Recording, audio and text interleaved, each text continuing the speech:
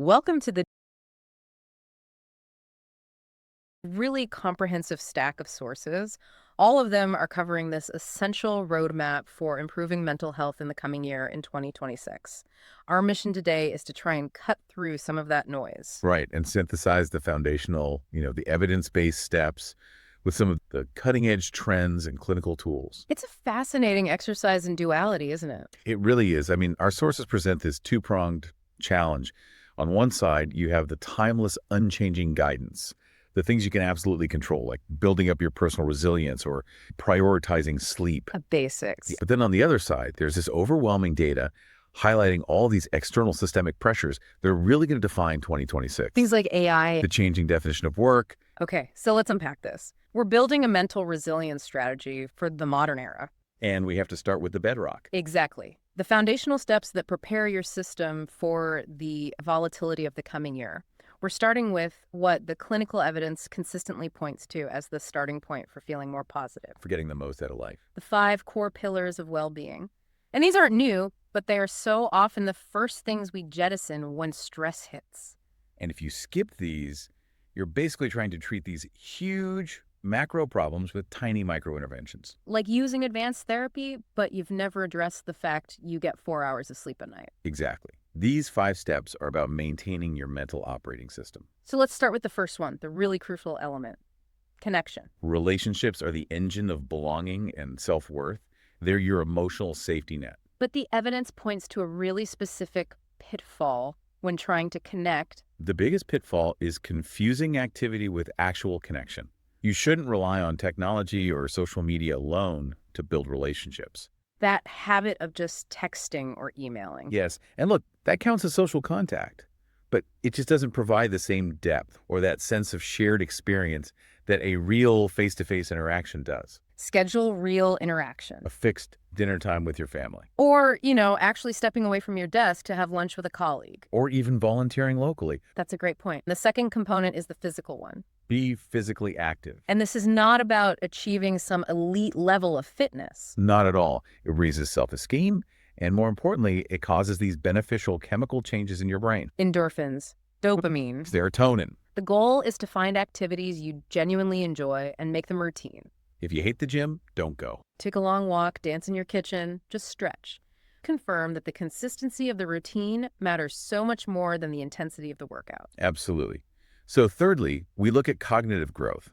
Learn new skills. Raises self-esteem, cultivates a sense of purpose. And when we say learning, we mean finding enjoyment, not necessarily going out and getting new qualifications or signing up for exams. I know, I tried to fix my garden gate last month with an old video tutorial, and I think I ended up creating more anxiety than the 5 pillars could possibly solve. And that's the critical distinction, right? It should feel achievable and engaging, not overwhelming. So learning to cook one complicated new dish or taking on a small new responsibility at work, like mentoring a junior colleague. Or fixing that broken bike. Exactly. The goal is the enjoyment you get from the progress, not perfection. Okay, 4th step. Give to others. Acts of kindness. Whether they're micro or macro, they create positive feelings, a sense of reward, self-worth. It turns your focus outward. Which is so helpful for quieting that internal rumination. It's not just about volunteering. It can be as simple as saying thank you. It can. But the sources emphasize the power of truly listening. That's a powerful. That moment of genuine presence, that act of giving your full, undivided attention. That is an incredibly potent kindness. And finally, the 5th pillar, pay attention to the present moment. Which is the essence of mindfulness. This awareness of your thoughts, your feelings, your body, your surroundings helps you step out of autopilot. It lets you enjoy life more deeply and understand yourself better. And that is the prerequisite for changing how you approach challenges down the road. Okay, so now that we've established that internal maintenance, let's shift to the external pressures. Because we have to understand the macro environment. It's going to relentlessly test the resilience that you build with those 5 pillars. And here's where it gets really interesting. Our sources identify several pressures for 2026. The first massive one is the social connection crisis. We know social connection is critical for survival, for health. It's comparable to major risk factors like not exercising or smoking. But we need to distinguish between 2 really painful states here. We do. First, there's social isolation. That's the objective lack of relationships measured by how often you have contact with people. And that strongly predicts physical health issues. And overall mortality. But then there's loneliness. That's the subjective, painful feeling that your connections aren't good enough. And that's a much stronger predictor of mental health problems. Particularly depression. And the key insight here is, well, it's terrifying. The data suggests loneliness and major depression are causally bidirectional. They cause and exacerbate each other. What does that mean practically for someone navigating this? It means treating one doesn't automatically cure the other. If you're depressed, you withdraw, you become isolated, and that intensifies the loneliness. And if you're chronically lonely? The chemical response in your brain mimics chronic stress and can lead directly to depression. You need behavioral activation, getting out, but also mood regulation, clinical support. Okay, let's move to the workplace. The second major trend is AI and workplace anxiety. This is predicted to be a dominant source of job stress by 2026. And the stats are stark. 72% of U.S. adults worry about the economic effects of AI in general. And almost half, 47%, worry specifically about their own job security because of it. So it's not some abstract fear. It's a very real, will I have a job kind of anxiety. Which leads directly to what our sources are calling the AM mental health paradox. Yeah. Because people are seeking quick, non-judgmental support, they're using these general-purpose AI tools off-label for emotional support. The sources show nearly half of U.S. adults have done this. But if connecting is so vital, why are so many people turning to this risky off-label AI for support instead of real people? The risks of privacy, misinformation, clinical safety, they're obvious. AI offers immediate availability and zero social judgment. Two things often missing in overstretched workplaces or fragmented social circles. Exactly. So the employer response has to be proactive. They need to acknowledge the AI anxiety, offer practical AI 101 training, and critically provide clinically validated privacy. Instead of leaving employees to rely on these risky DIY solutions. Precisely. The evolution of work fatigue is also leading us into what the sources call burnout 2.0. And the prediction for 2026 is a landscape shaped by quiet burnout. Quiet burnout. Employees running on fumes while appearing engaged and productive. Yeah. And that is incredibly difficult for managers to detect. And I imagine this intersects sharply with the need for more support for neurodivergent employees. Only 49% of neurodivergent employees feel fully supported. So for someone with ADHD or autism, burnout often comes from masking, that constant, exhausting effort required to navigate an environment not built for their needs. The solutions here seem very practical. Normalizing flexible work, ensuring access to quiet spaces, providing truly inclusive mental health care that understands the specific demands of neurodivergent processing. These are systemic fixes, not just individual coping tips. And finally, we can't ignore sociopolitical stress. Division, election cycles, global threats. They're all going to continue driving anxiety in 2026. A clear majority, 68%, found the 2024 election to be a significant source of stress. And that stress just leaks directly into the workplace? It does. Leaders need to monitor team morale, provide safe spaces, and have clear discussion policies to buffer against all that external turbulence. Okay. We've mapped the battlefield of 2026. Now let's talk about the armor and the weapons we can use. Let's start with resilience. Which is so critical. It's important to remember, resilience is not a fixed personality trait. It's a process.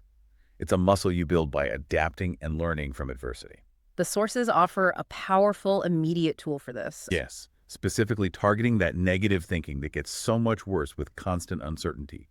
When you find yourself spinning with catastrophic thoughts, the strategy is a micro-intervention. You own the negative thought by stating it aloud. Out loud. I am thinking this project is going to fail. Then you consciously offer 3 positive alternative thoughts. It forces your brain out of that single-track worry loop. That's a practical way to interrupt rumination and for immediate physical coping.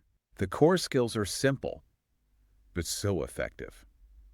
Deep, mindful breathing, which instantly signals safety to your central nervous system. And a daily exercise. The most potent, natural stress reliever there is.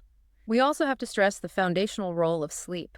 It's completely non-negotiable. Sleep quality and quantity are critical for memory consolidation, executive function, and crucially, emotional regulation. Sleep deprivation is immediately linked to heightened emotional reactivity, irritability. And the exacerbation of mood disorders. The disruption of sleep architecture is the key here, isn't it? Your non-REM sleep supports physical recovery, but REM sleep, That's vital for memory consolidation and emotional processing. So if you disrupt those stages, your cognitive performance and mood stability just plummet. And so many common habits disrupt REM sleep. Alcohol consumption, late night stress. So the optimal sleep hygiene advice is pretty straightforward. It is. Maintain a consistent sleep-wake schedule, even on weekends. Create a dark, quiet, cool bedroom. And minimize screen exposure before bed.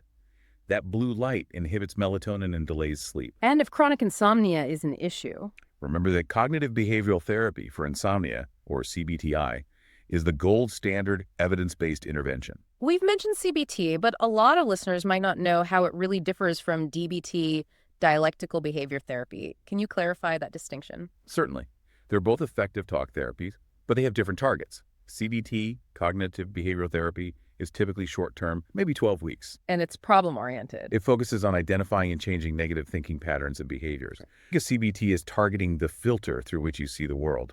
It's ideal for generalized anxiety, standard depression, substance use issues. And It grew out of CBT, but it emphasizes emotional regulation, acceptance, including the idea of radical acceptance, and, crucially, distress tolerance skills. so it was developed for more intense emotional dysregulation. Exactly. It's the only treatment demonstrated effective for borderline personality disorder, though it's now used for severe anxiety and eating disorders, where that emotional overwhelm is the core problem. It targets the emotional temperature itself, not just the filter. And the ultimate mechanism underpinning a lot of these practices, from mindfulness to DBT, is mindfulness itself. It works because it fosters what's called metacognitive awareness. That's a critical insight. Metacognitive awareness is simply the ability to reperceive your thoughts and feelings as passing mental events, rather than identifying with them as absolute facts. It's like sitting next to a river, your mind, and watching the leaves your thoughts float by. This non-judgmental observation reduces rumination, cuts down on automatic emotional reactivity, and significantly enhances your overall psychological health. So to synthesize this whole deep dive, improving your mental health in 2026 really requires merging those individual internal practices The 5 core steps: solid sleep, resilience skills. with an active, informed awareness of the rising societal and digital stressors, the stuff around AI, quiet burnout, the social connection crisis. And understanding the mechanisms, how metacognitive awareness reduces rumination or how poor sleep increases irritability, that allows you to make far more targeted, intentional personal choices. Rather than just reacting to life as it happens. Right, and we have seen this robust evidence that social isolation and loneliness are not just personal pains, they are major public health concerns. Independent predictors of morbidity and mortality. So given these growing trends of disconnection, here's the final thought for you to consider. If fixing individual symptoms isn't enough, what might happen if we shift focus Shift from these targeted, individually focused interventions. toward broader social and all policy approaches? Wow, that's a huge question. It is.